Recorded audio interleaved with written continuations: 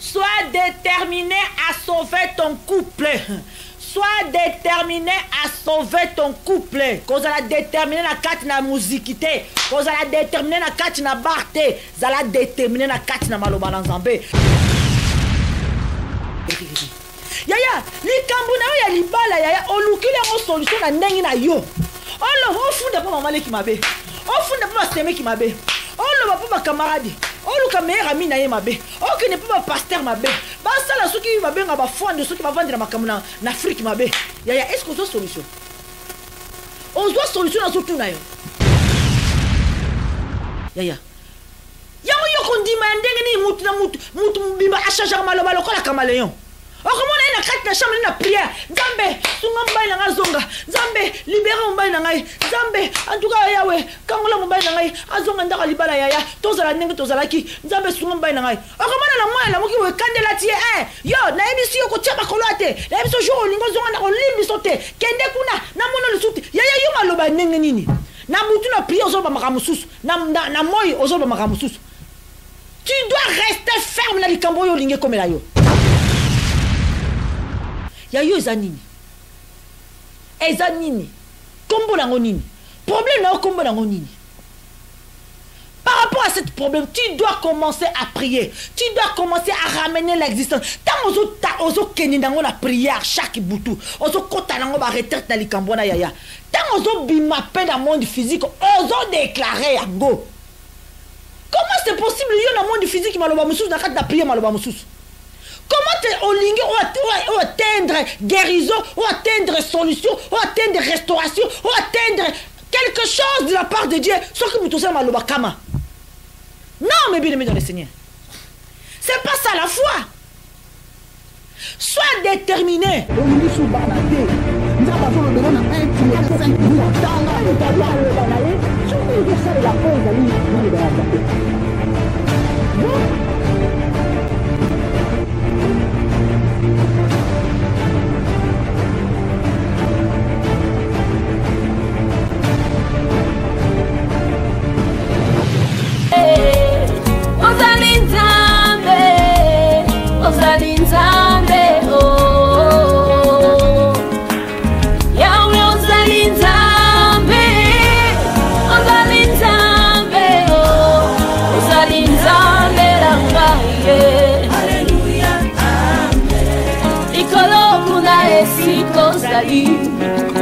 Engenge nyonso awa yo poni motema nanga tikalange ngai yawe loboko ekatisaka libale eza ya yo Yesu loboko ekotaka tina motema eza ya yo Yesu liloba nanu ebimi na monoko te oyebi nyonso bitumba oyo ngananu na pundi te deja yo pesi elonga yango la koyemba na koyemba yawe yawe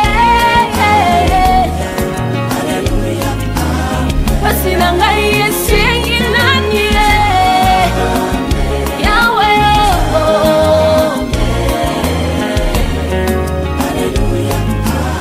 pasi na ngai ezosenga nani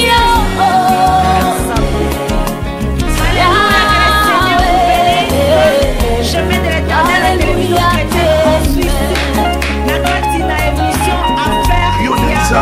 émission affaire aujourd'hui, vendredi, en tout cas, mes bien-aimés, dans les Seigneurs, je suis dans Obataka esika moto asukeli oye banzelo esika nazokende deja yo butikuna obongisi nyonso nzombe na nzela yote na moto natamboli na assurance elongi ya mosengala lokola libende batie na moto basololaki na yawe omonga moto kamemi yo na nzoto nanginga tie ndenge nini ozali nzambe yane otenga nanga aleluya yawe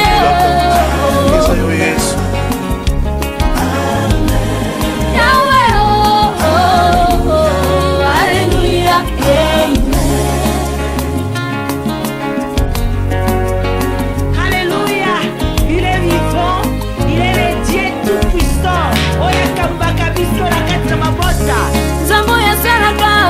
bokozanga toli oyebi nyonso ozalaka na posa te babetela yo lisolo oyeba vi ya moto nani abelela yo asangwa e nani alanda yo apunga e nani atila yo motima yoka soni esalema wapi nzambe nanga nzambe ya bokeseni nzambe ya différence yesu bokeseni yesu salelanga makambo ya bokeseni ekoma lisolo koreta nakela sito na mosala ekoma témoignage avenu nanga bayoka sango fami nanga bayoka sango nzambe nanga sali ya bokeseni etikala sango il est vivant Yoshua lokola za vivant bakosala kaka yesu aza na nyonso nzambo ya ngai soki aza na nyonso nga mpe naza na nyonso kati na ye lelelelelile lelelelelile Zamboyo Sukae Elombe Yasundanga Baka Célibat masque de vieillesse et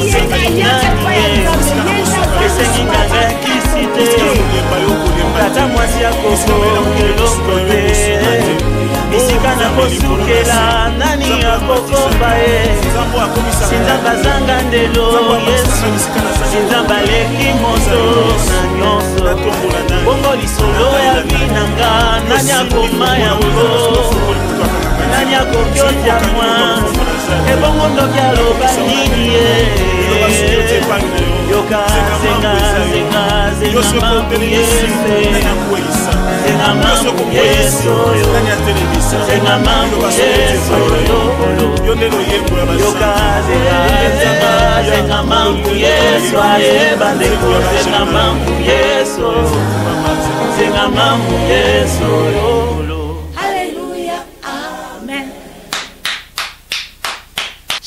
Shalom, shalom, shalom, shalom, shalom, shalom, bandeko nyonso ba oyo bo landa kabiso na télévision Chemin de l'Éternel na kati na émission Affaires Mariage chaque vendredi na kati na Chemin de l'Éternel la télévision chrétienne en Suisse. Merci na fidélité na bino, merci na babone, merci na bino ba oyo nyonso bozalaka toujours chaque vendredi en tout cas kolanda oyo nzamba lobelaka biso na tina ya mabala pamba te émission na biso to benga ngo Affaires Mariage wabino Mimisha da Silva liboso ya écran na sima ya écran na pesimbote bongo epa ya da Silva junior asimbelinga écran mwana nga ya 13 ans.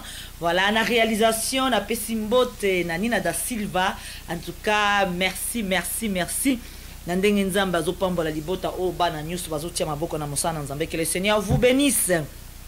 Voilà mes bien-aimés dans le Seigneur, Mimisha da Silva na kati na émission Affaires Mariage le vendredi et c'est on a ba oignon so ba yaka ko zwabilei na chaque vendredi et c'est on a ba oignon so ba tiaka matoi na bango epa ya nzambe et c'est on a ba oignon so ba zoka plaisir na maloba na nzambe pe ba tiaka ngo na pratique et c'est on a ba oignon so tu ba yoka ka mongongo Saint-Esprit et c'est on a ba oignon so ba pesa ka mitema epa ya nzambe. Oh mes bien-aimés dans le Seigneur et c'est on a oya tiaka confiance na epa ya car la Bible dit maudit soit celui qui se confie à l'homme.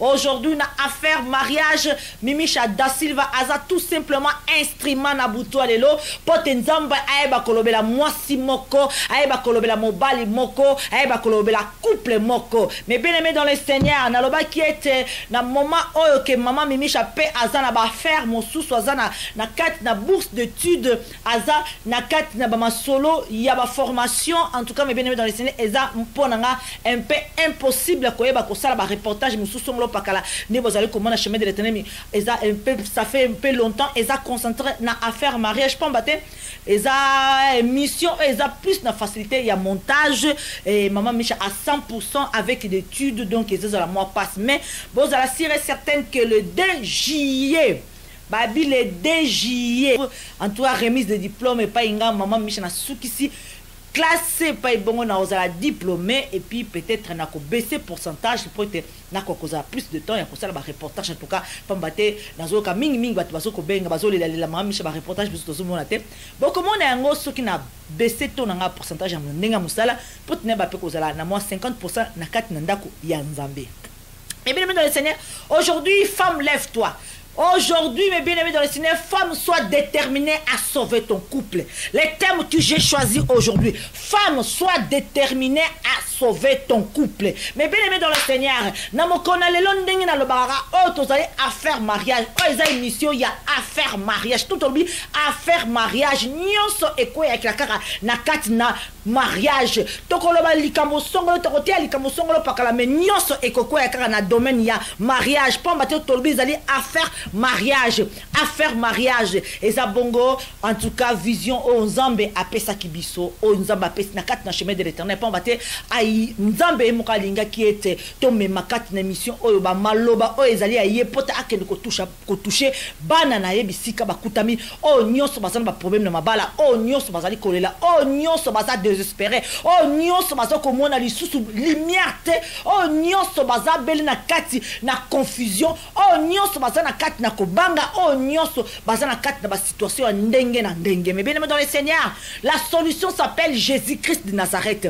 Pambate maman Mimisha aye na kati na émission oyo ezalaka ba maloba ya likolo te ezalaka ba maloba kaka ya koyoka yoka te ezali par rapport ya vécu na yemoko. Mais bien aimé dans le Seigneur, c'est à travers mon témoignage, à travers mon vécu, le Seigneur nous a ramenés dans cet ministère otobengi à faire mariage. Pambate okoki koya kolobela makambo libala te ya soki oleki na nzela yango te okoki koya côté ya libala te koya kolinga kolamosa moninga soki yo moko okoya na kati na libulu ozanga mutu akolamusa yo. Mais bien aimé dans le Seigneur, il faut avoir un vécu, il faut avoir un témoignage, il faut koleka na nzela yango koyeba ba pasi nzela wana koyeba ba nzube nini etubaka na nzela yo ya libala koyeba nyonso ezali quelle sorte de douleur tozwaka na kati na nzela oyo ya koyeba ba niveau nyonso ya souffrance na nzela libala mama atango yo za na kati na connaissance ya makambo nyonso wana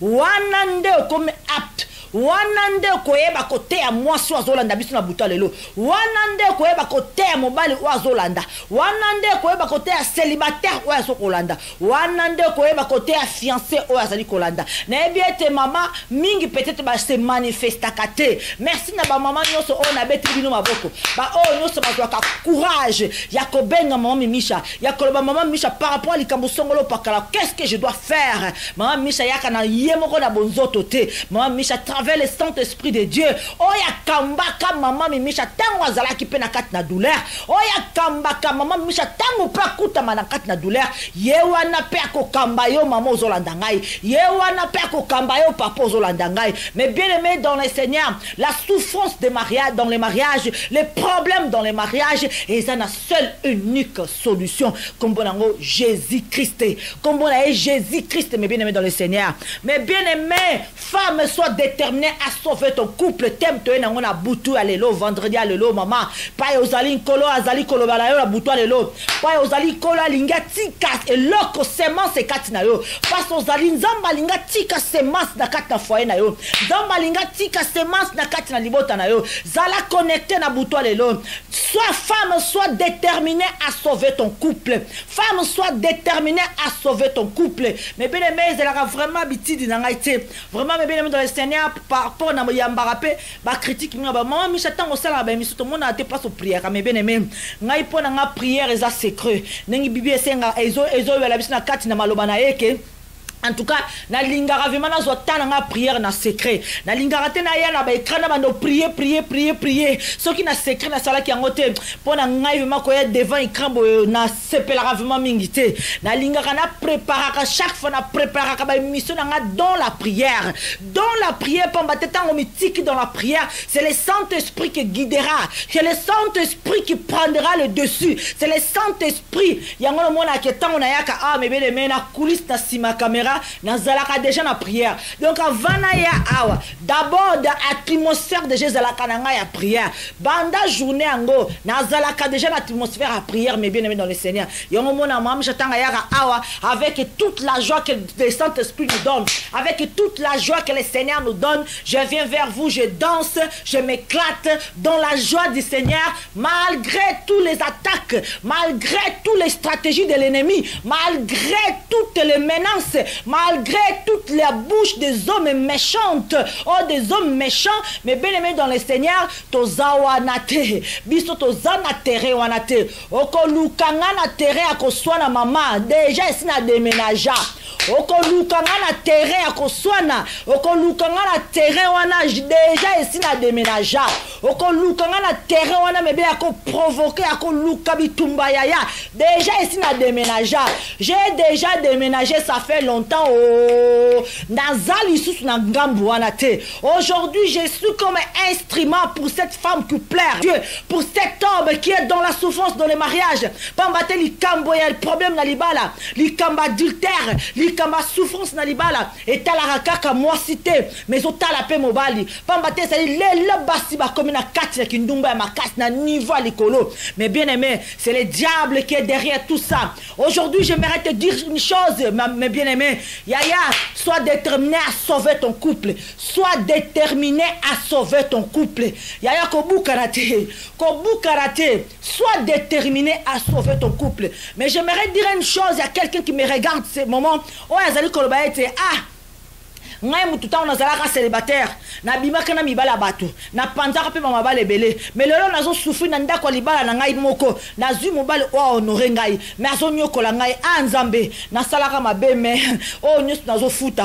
Comment est que je peux prier, comment est que je peux lutter ce qui ngamoro pe nazalaki na mondi wana mais aujourd'hui dans la carte na mariage nazo subir oh ngamoro la salaka baninga. Mais j'aimerais te dire une chose ma sœur, c'est vrai que ozalaki na mondi wana yo panza mabala bato yo sala bato pe mabe lelo okutami na libala oya yomoko diable wana ka azalaki kati na yo ye wana ka akoti pa mobali na yo lelo ozomona ba filme ozomona ba kati nyonso ba jonker nyonso banda ko bête à l'époque tant ozalaka célibataire lelo ba komi ko bête le yango. Mais j'aimerais que tu dises quelque chose loba ete tangu wana ngai nazalaka na ignorance tangu wana nazalaki na maboka munguna mais aujourd'hui je connais la parole de Dieu.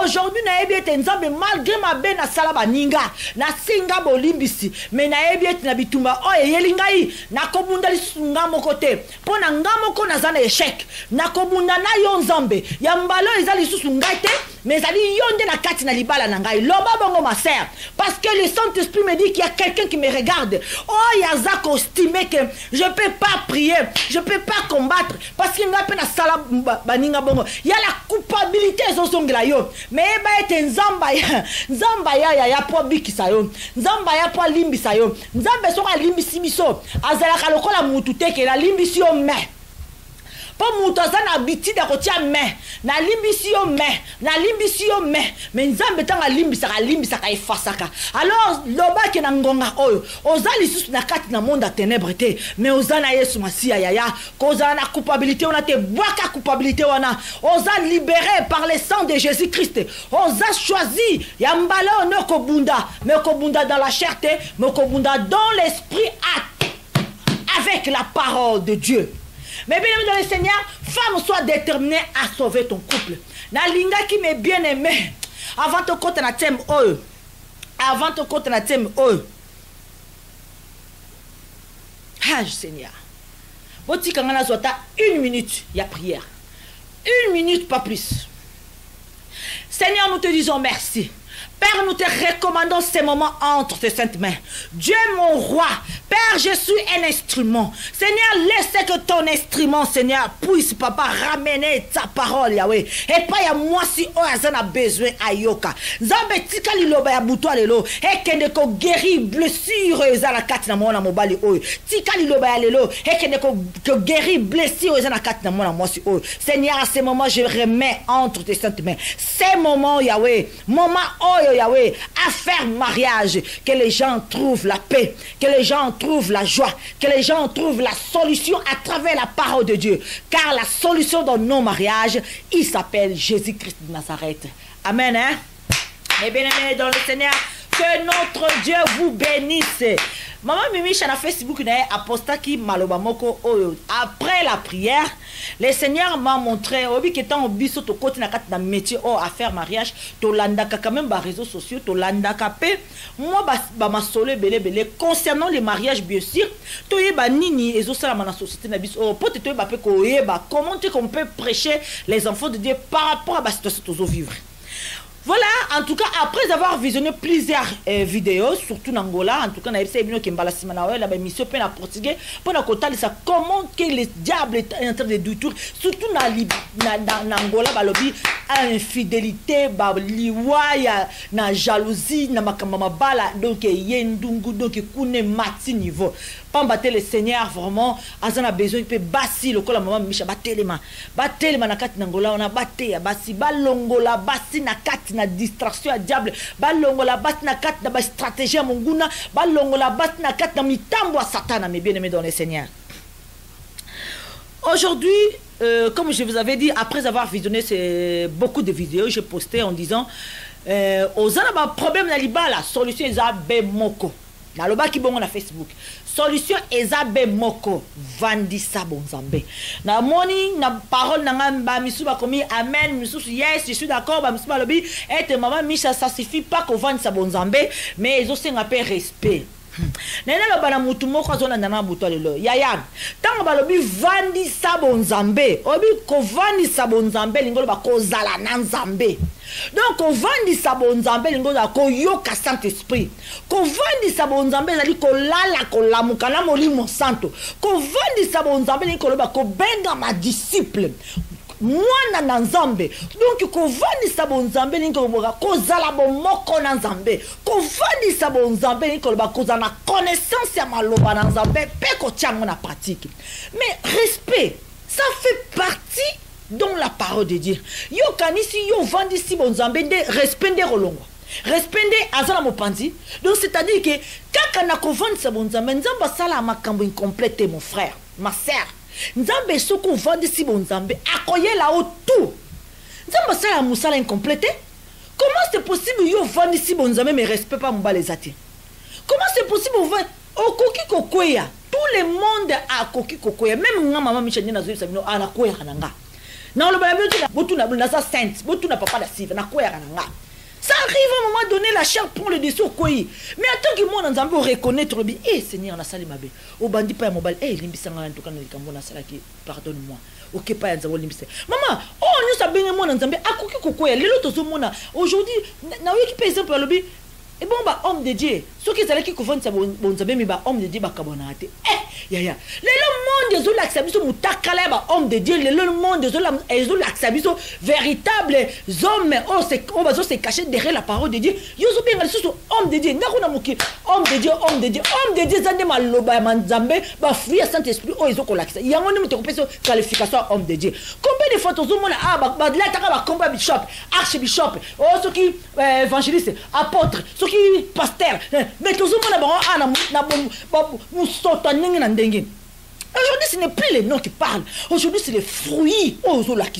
C'est ça qui parle. Le fruit n'est pas bimisa. Mais bien aimé dans le Seigneur, l'ibala ce qui est commun à point à kokufa. Et l'incolobaete qui est moko alembi. Soit binomi balebo lembi, soit moko alembi. Mais aujourd'hui, j'aimerais dire à une femme yaya kolembate, sois déterminée à sauver ton couple. Kolembate yaya, sois déterminée à sauver ton couple. Sois déterminée à sauver ton mariage. Sois déterminée à sauver ton mari ou ta femme. Mais bien aimé dans le Seigneur. Na boutoua les loto yé na verset biblique en tout cas na rosenga binonyo se passe vos alliés. Notre tanga na Luc mais bien aimé.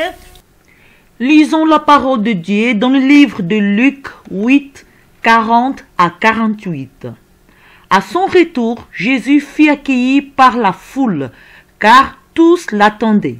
Voici qu'il arriva un homme du nom de Jairus. Il était chef de la synagogue. Il se jeta à ses pieds.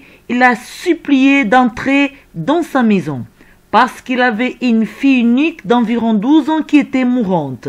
Pendant que Jésus se rendait, la foule l'a serré de tous côtés. Or, il avait une femme qui souffrait d'hémorragie depuis 12 ans. Elle avait dépensé tout son bien chez les médecins, mais aucun n'avait pu la guérir. Elle s'approcha par derrière et toucha les bords du vêtement de Jésus. Son hémorragie s'arrêta immédiatement. Jésus dit, « Qui m'a touché ?» Comme tous défendaient, Pierre et ceux qui étaient avec lui diront, « Maître, la foule t'entoure et te presse, et tu dis, qui m'a touché ?» Mais Jésus répondit, « Quelqu'un m'a touché, car j'ai senti une force était sortie de moi. » Voyant qu'elle n'était pas passée inaperçue, la femme toute tremblante se jeta à ses pieds et déclara devant tout le peuple pourquoi elle avait touché et comment elle avait été immédiatement guérie. Alors il lui dit, « Ma fille, prends courage, ta foi t'a sauvée, pars dans la paix. » Sois déterminé à sauver ton couple. Sois déterminé à sauver ton couple. Moi, je suis déterminé à sauver mon couple. Malgré les hauts et les bas, moi, Mimicha, je suis déterminé à sauver mon couple. Et j'aimerais entendre aussi d'autres femmes. Zala déterminé, mes bien-aimés dans le Seigneur. Qu'on zala déterminé la carte na musicité. Qu'on zala déterminé la carte na barte. Zala déterminé la carte na maloba nzambe. Touti kolandage verset oh, mes bien-aimés dans le Seigneur. Na Luc chapitre 8 verset 40-48 réalisation. Bakala bisangona simaba oh ba en retard. Bazwa verset balanda nini nzamba li koloba biso na sima oto uti koyoka.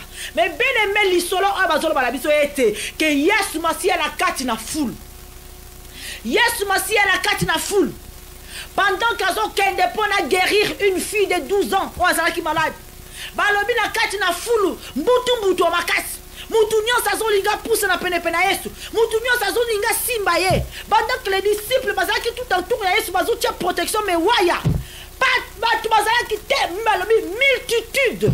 Batu bazalaki tellement ébélé. Tout autour ya Yesu mutu nyonso alinga simba. Mutu nyonso azoko basculer, azoko presser Yesu, azoko simba Yesu.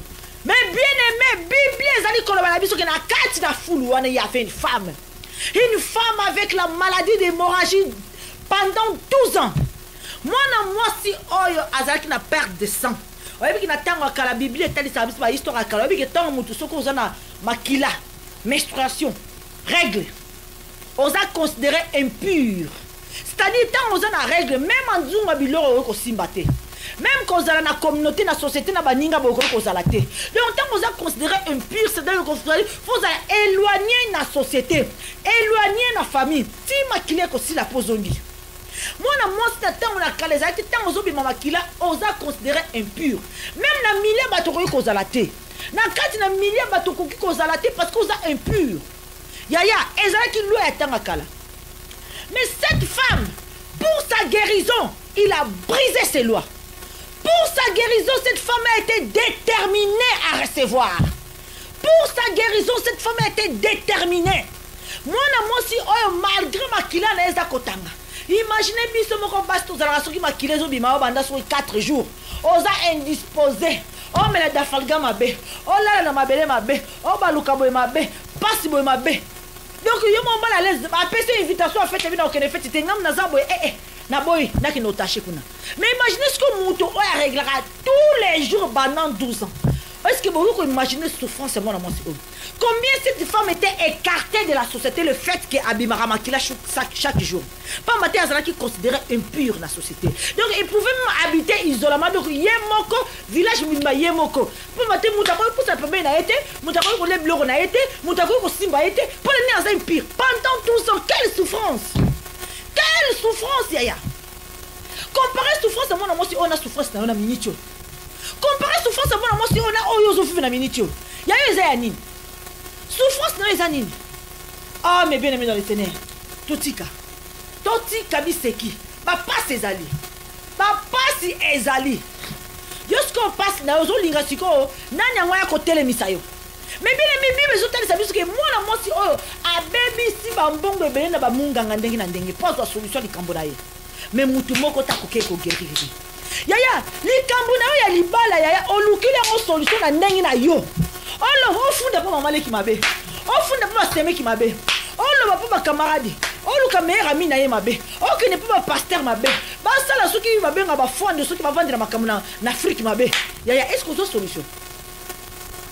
solution na zotuna yo yo mwana na Nzambe ozoluka solution makambo na yo epai ya bato mokili ozoluka solution makambo na yo epai ya famille depuis quand basemeki basimba libala depuis quand libala esimba mipa basemeki yaya libala eza bino mibale libala ezali bino mibale bokoti yesu na kati eya mwana mwasi oyo balobi agaspille mbongo nyonso mpo luka solution ya problème na makila ndenge yo ozali koluka solution bisika ya bato me ozwa kozwa pete ozali koluka solution na moto azwa sire mama kolanda te omoni mposa kei kolanda te ya sala vi na yo akozonga na puissance nini ozolandaka bilobele ya bato mais ozozwa solution te otali une année 2 ans 3 ans azozonga pete malgré les gens parlent tu cherches où la solution de ton problème ozolukila ngo wapi mais bien aimé dans le Seigneur moi je crois qu'il a entendu parler de Christ elle a entendu parler de Christ ayebaki que Christ aza songolo pakala na ngambo oyo bina ngambo oyo malgré la foule balobi mwana mwasi oyo malgré la foule se faufile kati na foule malgré l'impurité na ye ya nzoto malgré makila na ye ozali korendre impur amikotisi na kati na foule nyonso wana po pousse na penepene ya Yesu po simba le bord de vêtements yaya asimba ta kingo te asimba ta loboko te akanga ta na luketu te adiembela ta mokongo te me balobi songe ya elamba bord du vêtement bord. Oh Jésus, Zambe na bomoi, bord de vêtements yaya. Abi bord de vêtements oh zoluka, oh moi ça simbaki. Na moya lelo yaya, abi bord de vêtements na so ezawata. Cette bord de vêtements. Oh tozoluka, oh moi ça makila simbaki yaya. Na ebisa oh yom tozolana. Cette bord de vêtements de Christ. Ça se trouve dans le moment de prière, ba jeûne et prière, ba retraite au babeng sa o kindarate yaya, ba veille de prière au babeng sa o kindarate yaya, ba prière intercession babeng sa o kindarate, ba maman conférence ba maman o kin rozoa o ezali bord aussi bata bord de vêtements na maloba na nzambe ozawanate yaya. Comment tu veux trouver la solution dans tes problèmes dans le mariage yaya? Ce qu'on allait qu'on se fouler la carte à foule ce qu'on allait qu'on look à bord de vêtements à Christ ce qu'on allait qu'on ciblait et pas yes masi azate mes bien-aimés et pas yes masi azalaka olingi qu'on zalate yoka muziki yoka babar hein yoka soki wa veut pas babi kuna ma samezali yonoke kuna bisengo krezali yonoke. Comment tu cherches à trouver les bords de vêtements dans ces endroits pareils? Comment tu cherches à rentrer dans la présence de Dieu? Atmosphère place Yozalaka. Mon Dieu. Jésus, il est là. Sois déterminé comme cette femme. Cette femme a été déterminée à aucun de Simba, Kozoa guérison. La même chose que je te dis aujourd'hui, maman. Lève-toi. Sois déterminé à sauver ton couple. Yaya. Cette femme a été déterminée. Cette femme a continué à se faufiler dans la foule pendant que nos simba balobi luke touté à kangi lobo côté à kangi ki côté babi bord des vêtements de Christ. Songe lamba ya pamba. Na songe lamba wana azui guérison. Yaya songe lamba wana. Songe lamba ya Christ. Ezali tango nyonso to ozo ba invitation ya kokende retraite de prière au kendarate. Ba invitation ne so ba bien que maman yaka to ya to kota jeûne de prière ko boyaka. Tango ne so ba bien que maman le autre na retraite, maman le autre na veille de prière, maman yaka le culte ba maman yaka conférence ba maman yaka ko zoma loba o ko sunga yo ya okendarate. Okendarate. Ozo bosse na kina moment on y aura une atmosphère la présence de Christ. Opportunité que le Seigneur te donne, il y a aucun de bord de vêtements, c'est dans le moment de prière. C'est le moment de jeûne et de prière. C'est le moment où le bien était ok au côté jeûne et prière, au côté retraite.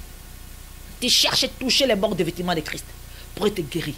Yaya, couple na yo guérison couple na yo eza na besoin kaka ya détermination na yo guérison couple na yo eza na besoin kaka ya détermination na yo ya kotelema na tina ya libota na yo ya kotelema na tina ya couple na yo ya kotelema na tina ya mwasi na yo to mobali na yo yaya.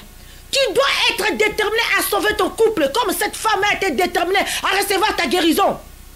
Mais bien aimé dans le Seigneur, cette femme a été déterminée de recevoir sa guérison. Une femme avec une détermination, avec foi. Mais bien aimé dans le Seigneur, c'est ça cette détermination. Il y a tellement. Quand tu as ma retraite, quand tu as veillé de prière, sois connecté dans la présence de Dieu. Na foule. Jésus-Christ, Simba, mais cette femme qui a touché les bords des vêtements de Christ, Jésus-Christ a posé la question, qui m'a touché? Qui m'a touché? Bah disciple, ils ont question bête. Comment c'est possible oser la carte de la foule, touché, qui m'a touché? Mais bien aimé dans le Seigneur, ni la différence n'a pas trop nous demander que Simba est une femme qui n'a perte de sang. Quelle est la différence? Quelle est la différence? Pose-moi cette question. Yaya, cette femme, c'était une femme déterminée avec foi. Avec une détermination. Cette femme a été condition a été impurité à Zalakinango. Cette femme était même pas dans la il y a société à Zaki Moutago Kuta Malakata Foulou Anate. Papa Tazaki na Makileza Kotanga Tangwana, Oza Makileza Kotangoza, impur, elles allaient éloigner la société. Tu peux même pas t'approcher aux gens. Mais cette femme a violé l'Ouawana. Avec une détermination, avec foi, à continuer à Katna Foulou. Cette femme a touché avec foi le vêtement de Christ. Cette femme a kenda qui n'a condiment. Cette femme savait que je serai guéri. Ce qui n'a simbi karanzoto nae, ce qui n'a simbi karate lamba, ata ndambo e lamba nae, na cause la guéri. Et bien dans le Seigneur. Oh, alléluia.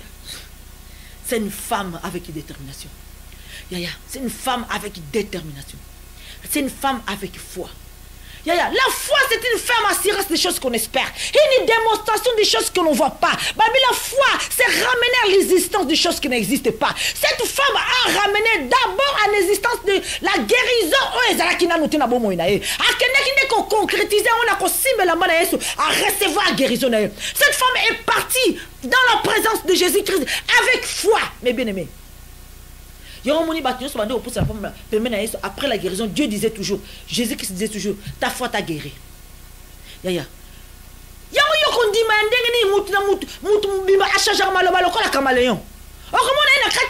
Prière. Zambé, Zambé, libérez mon bain. Zambé, en tout cas, Yahweh, quand on l'a mon bain, Azonga Ndara Libala Yaya, Tozala Nengo Tozalaki, Zambé Sungam Bain. Comment la moki ou Kandela tie, yo, Naibisi Yoko Tiaba Kolate, Naibisi Jo, Lingo Zonga, Limbi Sote, Kende Kuna, Namono le Soute, Yaya Yuma Loba Nengenini, Namutuna prière aux autres Maramusus, Namoy aux autres Maramusus.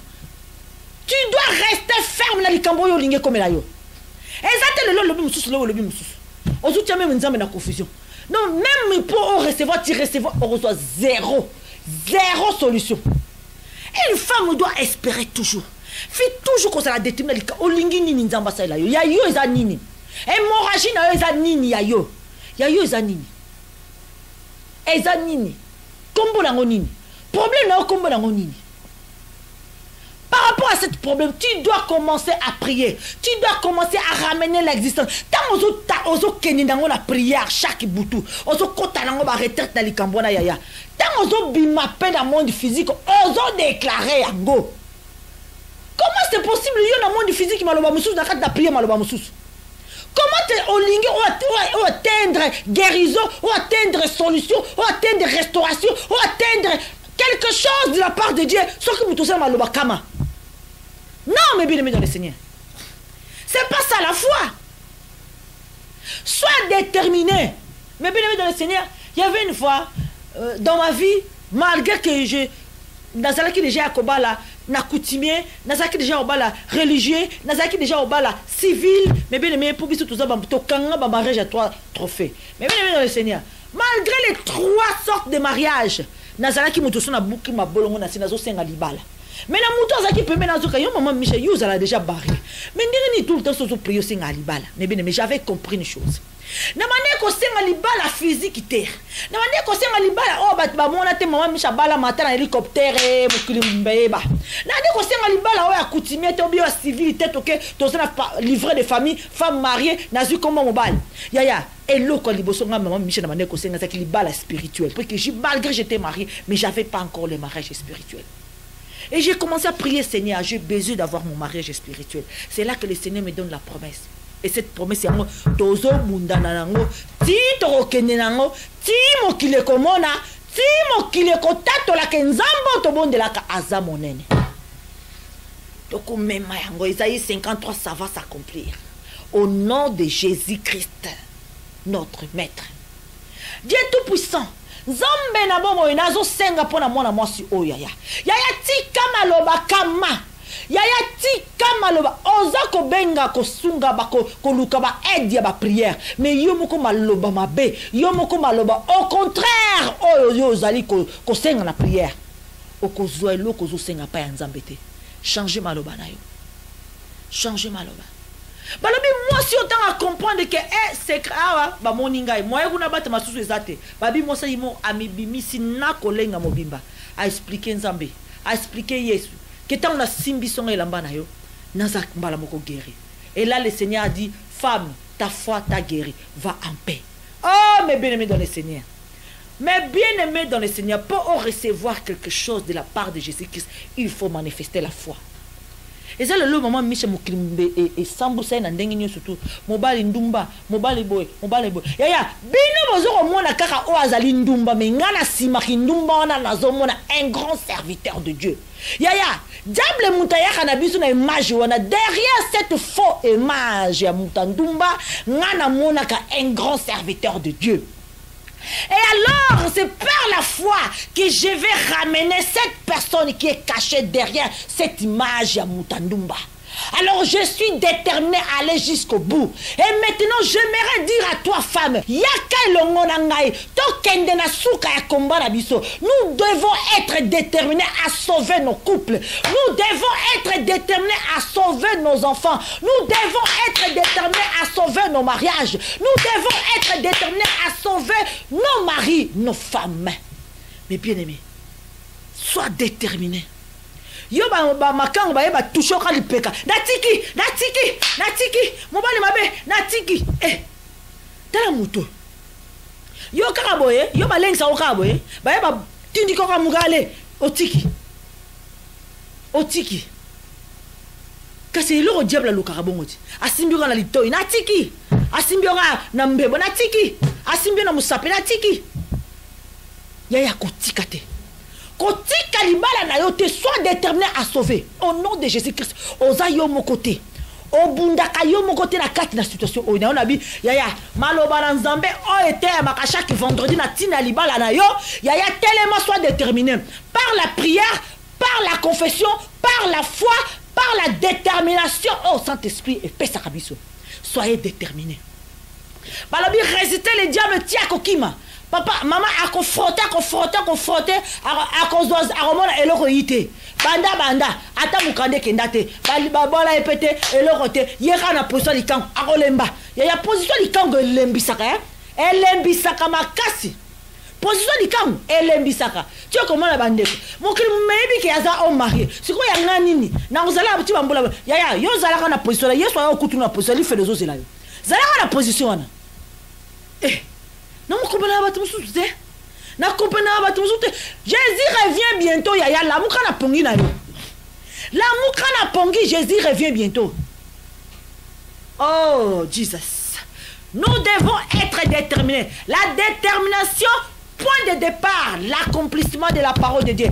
Tanga maloba na nzambe, yaya, tiens on a pratique. Luka bokonzalikolo, soit déterminé par la parole. Aux a besoin ko bon de la kutu mingite tango za muto o sala maloba na nzambe yaya fukama na secret na ona nzambe talisa nzambe na ba o même talisité. Le Seigneur connaît le désir de ton cœur. Sois fidèle dans la parole de Dieu, sois fidèle dans le service de Dion, sois fidèle na o sala apona nzambe yaya, sois déterminé maloba na yo na moi na butu ezala pa union sozali zalabe na liloba moko, zalabe na liloba moko, ramener à l'existence des choses qui n'existent pas.